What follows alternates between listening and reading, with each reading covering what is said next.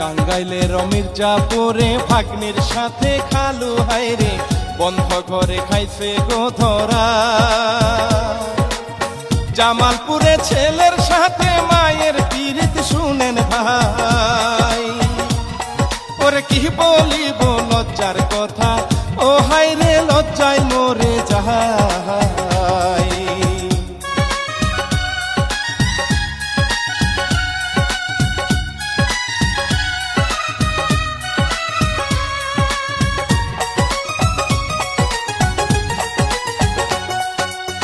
মির্জাপুরের খামার পাড়ায় এই ঘটনা ঘটেছে ভাই, মেয়ের নামটি জাহেদা খাতুন।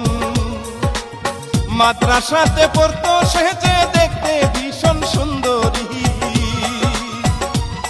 ওরে আপন খালুর সাথে হায়রে ও সে যে প্রেমে